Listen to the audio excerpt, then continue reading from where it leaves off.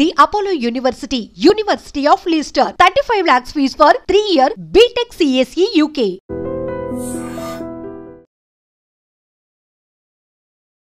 నమస్కారం, welcome to I dream. ధర్మ మార్గం విత్ విజిత కార్యక్రమానికి స్వాగతం.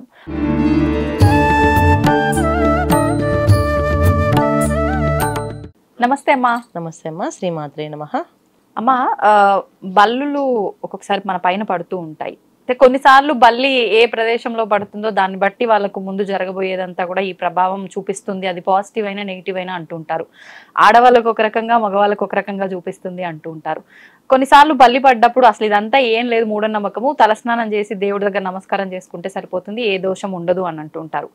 కొంతమంది ఏం చెప్తారు, బల్లి పాయిజన్ కలిగి ఉంటది కాబట్టి అది మన ఒంటి పైన పడితే ఆ పాయిజన్ మనకు ఎక్కడ ఇబ్బంది కలిగిస్తుందో కాబట్టి స్నానం ఆచరించడము, అంతకు మించి ఇంకే దోషాలు ఉండవు అంటుంటారు.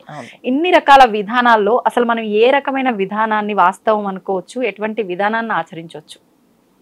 అన్ని విధాలను ఆచరించవచ్చు అన్న, ఇందులో ఏం అవసరం లేదు. ఎందుకంటే ఒక ఏదైనా సరే, ఒక బల్లి కానీ ఒక పక్షి కానీ ఏదైనా సరే, అవి తిరిగే ప్రదేశాలన్నీ ఏంటి, డస్ట్ ఉన్న ప్లేస్లో తిరుగుతాయి, నీట్గా లేని దగ్గర ప్లేస్లో తిరుగుతాయి. అసలు అంటే అవి ఆహారం తీసుకునే కూడా ఏంటంటే క్రిమి కీటకాలను తింటుంటాయి. సో చిన్న చిన్న కీటకాలను తినేస్తుంటాయి.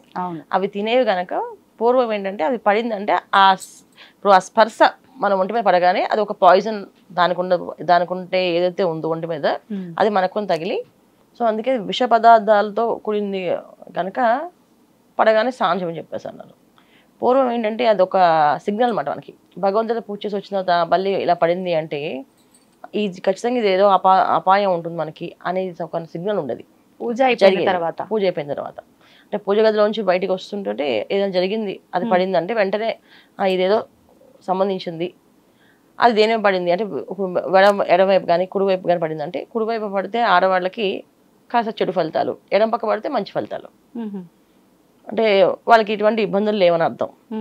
మగవాళ్ళకి కుడిపక్క పడితే అదృష్టం కలిసి వస్తుంది, ఎడం పక్క పడితే ఏదో ఒక దురదృష్టం వార్త వినాల్సి వస్తుందని.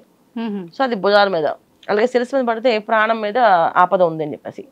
సో ప్రాణానికి ఏదో సంబంధించిన ఇబ్బంది ఉంది కనుక ఆ రోజు ఏదైనా ప్రయాణం ఉంటే ఆపండి అర్థం. ఇవి మనకి పూర్వం పెద్దవాళ్ళు చెప్తూ ఉండేవాళ్ళు. బల్లి ఒకళ్ళు శిరస్సు పడిందా అయితే వెళ్ళకండి బయటికి వాళ్ళ అని చెప్పేసి. కొన్నిసార్లు బల్లి అరుస్తుంది అన్నట్టు సినిమాల్లో కూడా చూపిస్తుంటారు కదమ్మా, అలా నిజంగా అరిస్తే అశుభమా శుభమా? అది అరిస్తే శుభమా అశుభం అని ఏం లేదు, అది కొత్తగా అది సృష్టించారు. అది పూర్వం నుంచి అయితే ఏం లేదు, శాస్త్రంతో ఎక్కడ రాసలేదు. బల్లి శరీరమైన స్పర్శ తగిలితే మాత్రం ఒక ఇబ్బంది ఉంది. ఒకటి ఏంటంటే అది పాయిజన్, శరీరానికి ఇబ్బంది పట్టే అవకాశం ఉంటుందని ఒకటి. రెండు, అది మనం ఏదైనా పూజ చేసుకుని బయటకు వెళ్తూ లేదా ఏదైనా ప్రయాణానికి బయలుదేరినప్పుడు అది పడితే కాస్త అశుభం అని, ఆ ప్రయాణం ఆపమని అర్థం అని. ఎందుకంటే జనరల్గా మనం ఇంట్లో తిరిగే ఏవైనా సరే అమ్మవారితో స్వరూపంగా పూజిస్తుంటాం. మన ఇంట్లోకి వచ్చింది అంటే ఒక భగవంతుడి అనుగ్రహం లేకుండా మన ఇంట్లో రాదు ఏ జీవైనా అని అనుకుంటాం. చిన్న కుక్క పిల్లలు కానీ ఇవాళ రోజున ఈ బల్లులు కానీ ఇవన్నీ మనం తెచ్చుకున్నాం కాదు, వస్తూ ఉంటాయి. ఇప్పుడు పెంచుకుంటారు. పూర్వం ఏంటంటే కుక్క ఇంటికి వచ్చి తిని వెళ్ళిందంటే ఏదో వీళ్ళకి రుణం ఉంది ఆ కుక్కకి వీళ్ళకి, అందుకే ఒక పంచి తింటుంది రోజు వీళ్ళింటికి వచ్చి వీళ్ళ వాకిల ముందు తింటుందని చెప్పేసి. అలాగే గోమాత వస్తే కూడా చాలా మంది లక్ష్మీ అమ్మవారు వచ్చింది, అమ్మవారి అనుగ్రహం ఉంటేనే గోమాత వస్తుంది ఇంట్లోకి అని ఉండేది. పూర్వం ఎవరైనా ఇంట్లోకి వెళ్తే ఒకరింట్లోకి అసలు వెళ్ళేది కాదు, ఒక్కొక్కరి ఇంట్లో వెళ్ళేది శుభ్రంగా లోపలికి వెళ్ళి వాళ్ళు పెట్టినవన్నీ తినేది. ఒక్కొక్క ఇంట్లో వాళ్ళు పెట్టగానే తినేది కాదు. అవునా? తినకపోగానే వాళ్ళు ఏమనుకున్నారంటే ఏదో అమ్మవారి అనుగ్రహం లేదు అందుకే ఏదో ప్రాబ్లం ఉంది అని చెప్పేసి అర్థం. ఆ ఇంట్లో ఒక నెగిటివ్ వైబ్రేషన్స్ ని అవి కనిపెడతాయని అర్థం. అలాగే కుక్క పిల్లలు కూడా అలాగే అని చెప్పేసి. సో ఇవన్నీ కూడా మనకి మనం సృష్టించుకునేవి కానీ శాస్త్రంలో ఇలా ఉంటే ఇలా ఉంటుందని ఎక్కడ లేదు, శాస్త్రంలో రాసితే లేదు, ఈ పుస్తకాల్లో వాటిలో లేదు. అయితే పెద్దవాళ్ళు చెప్పిన దాంట్లో కూడా నమ్మకం వాస్తవం ఉంటుంది కనుక దాన్ని నమ్మి మనం ఆచరణ చేస్తున్నాం. ఆ ఆచరణలోనే ఈ బల్లి విషయంలో ఎక్కువగా అందరూ ఫాలో అయ్యేది. సో బల్లి పడగానే స్నానం చేయమని చెప్పేది మెయిన్ అదేంటే దానివల్ల మన శరీరానికి ఎటువంటి హాని జరగకుండా ఉండడానికి కోసం స్నానం చేయమని చెప్పేవాళ్ళు. ఏదైనా బయటికి వెళ్లే ముందు మన కళ్ళ ముందు కనిపించింది కనుక ఆ ప్రయాణాన్ని ఆపమని అర్థం, అందుకని చెప్పారు. ఇంతకు మించి ఇంకోటి లేదు. కొన్ని సందర్భాల్లో అసలు అంటే ఇంట్లో ఎక్కువగా బల్లులు వస్తూ ఉంటాయి, అట్లా వచ్చినప్పుడు ఇంట్లో ఏదో చెడు జరగబోతుంది అని చెప్పి పెద్దవాళ్ళు కొన్ని సందర్భాలు అంటూ ఉంటారు. ఇది వాస్తవం అంటారా? అంటే ఒక విషయం చెప్తా, బల్లులు కానీ ఎక్కువ వస్తున్నాయి అంటే ఆ ఇల్లు శుభ్రత తగ్గిందని.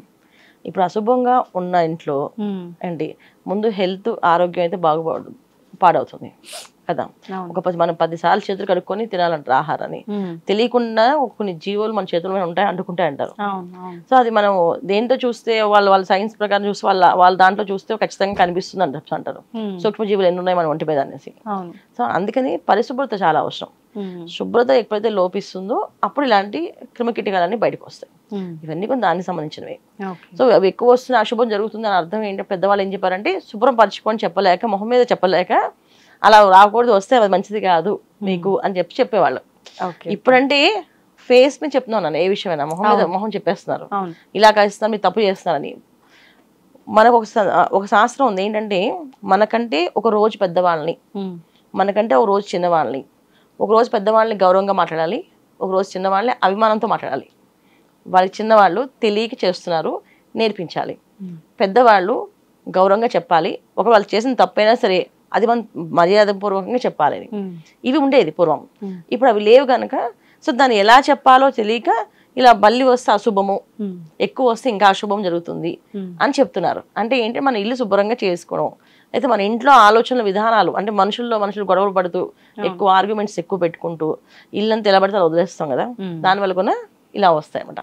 సో ఇంటిని పరిశుభ్రంగా ఉంచుకుంటే ఈ ఇంట్లో ఎటువంటి క్రిమికీటకాలు లోపలికి రావు. సో ఈ బల్లి అనే విషయంలో ఎందుకంటే బల్లి శాస్త్రం ఎందుకు అన్నారంటే బల్లి అంటే ఒక అమ్మవారి అనుగ్రహంతో ఉంటుంది అని చెప్పేసి చాలా మంది మన పెద్దవాళ్ళు చెప్తుంటారు.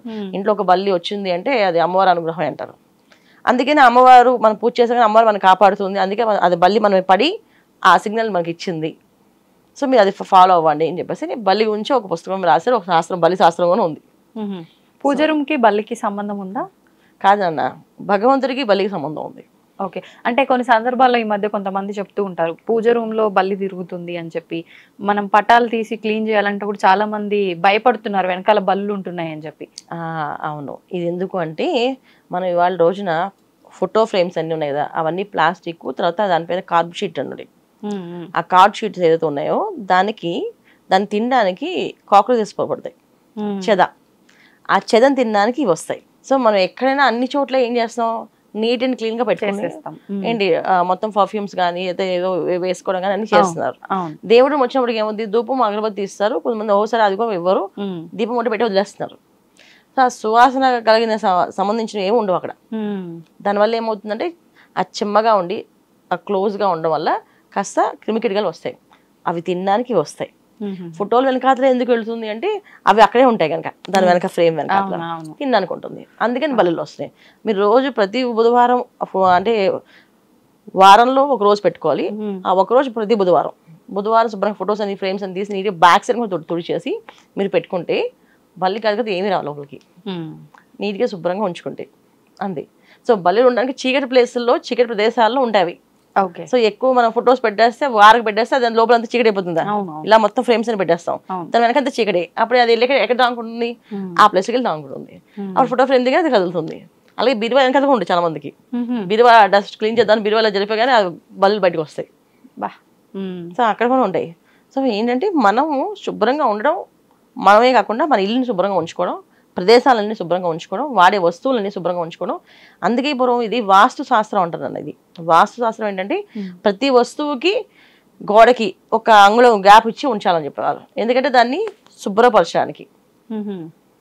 సో ఖాళీ ప్లేస్ అంటే ఒక చీపురు వెళ్ళేంత స్థలాన్ని నీట్ గా చేయాలంటే ప్లేస్ ఉండాలి. ఒక ప్లేస్ అంటే ఒక చీపురు వెళ్ళి శుభ్రం చేసేంత భాగాన్ని వదిలేసి పెట్టమన్నారు. సామాలు, కబోర్డ్స్ కానీ ఇవన్నీ కబోర్డ్స్ అని గోడకి అతికిచ్చేస్తాం కదా, దానివల్ల అవి ఎక్కడ దాక్కుంటే అక్కడ వెళ్ళి దాక్కుంటుంటాయి.